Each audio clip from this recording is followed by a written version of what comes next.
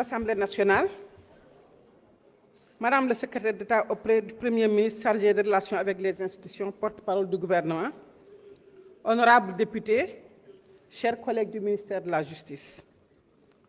Au cours d'une visite inopinée effectuée au pavillon spécial dans la nuit du 29 au 30 décembre 2025 par les agents compétents du service de l'administration pénitentiaire, M. Mahamadou Ngom Di Farba a été trouvé détenteur de 2 téléphones portables et de 5 clés USB.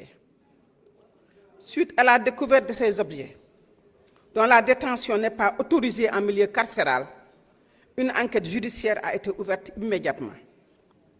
L'exploitation technique de ces téléphones a mis en évidence plusieurs échanges téléphoniques avec diverses personnes établies sur le territoire national et à l'étranger, mais aussi de nombreuses opérations financières et immobilières, des documents judiciaires couverts par le secret de l'institution et des vidéos impudiques. Entendu, M. Mahamadou Ngom Di Farba a reconnu la détention de ces objets en indiquant qu'il avait introduit lui-même l'un des téléphones dans la cellule en le dissimulant dans un pot de lait et qu'il avait aussi reçu l'autre d'un surveillant de prison en service à la maison d'arrêt du pavillon spécial.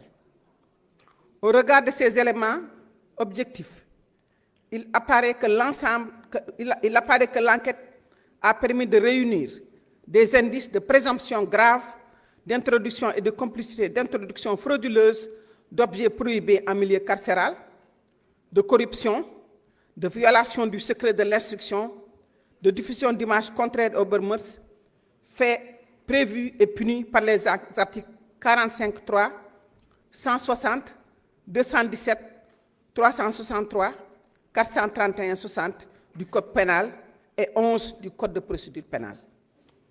L'ouverture d'une information judiciaire est alors envisagée afin d'élucider les faits et d'établir le niveau de responsabilité de toutes les personnes impliquées. Toutefois, il résulte des articles 61 de la Constitution et 60 de la loi organique numéro 2025-11 du 18 août 2025 portant règlement intérieur de l'Assemblée nationale que, sauf cas de flagrant délit, aucun député ne peut, pendant la durée des sessions, être poursuivi et arrêté en matière criminelle ou correctionnelle sans l'autorisation de l'Assemblée.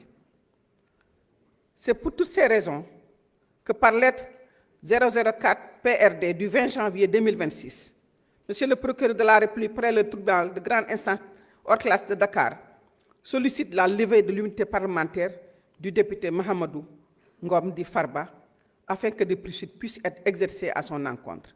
Je vous remercie, Monsieur le Président. Merci.